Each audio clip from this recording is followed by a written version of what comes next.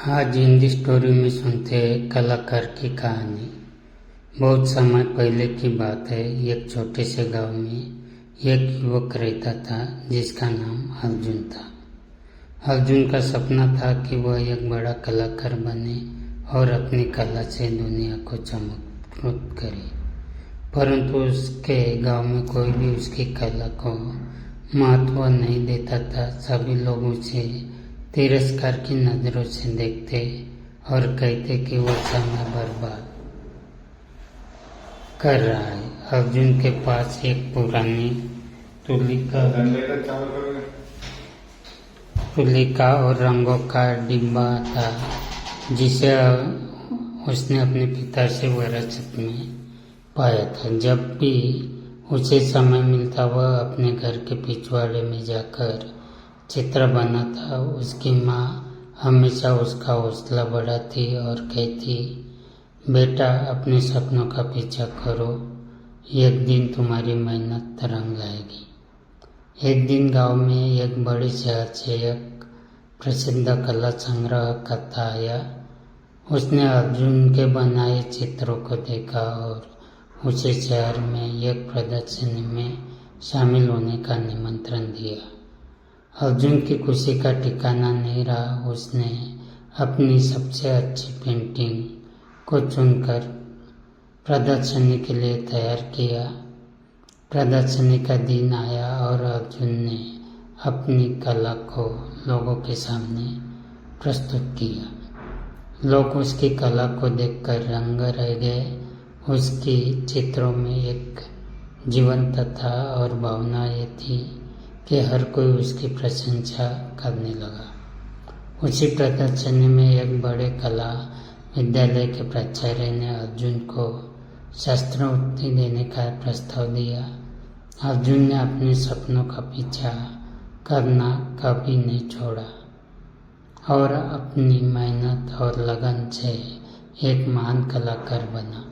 उसकी कला ने न केवल उसके गांव का नाम रोशन किया बल्कि दुनिया भर में उसकी पहचान बनाई। इस कहानी से हमें ये सीखने को मिलता है कि अगर हमारे पास जुनून और मेहनत करने की इच्छा हो तो कोई भी बाधा हमारे रास्ते में नहीं आ सकती।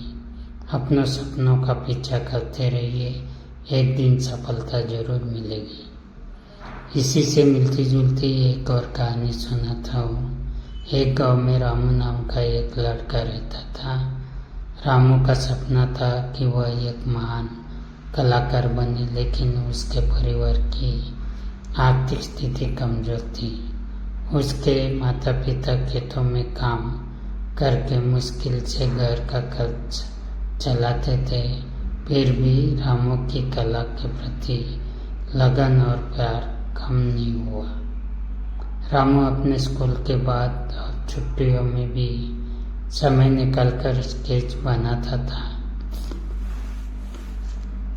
रंग भरता था और हर एक पल का उपयोग अपनी कला को सुधारने में लगाता था। उसकी माँ अक्सर उसे कहती थी, रामू बेटा तुम्हें इन चित्रों से कुछ नहीं मिलेगा, खेत में आओ और हमारी मदद करो।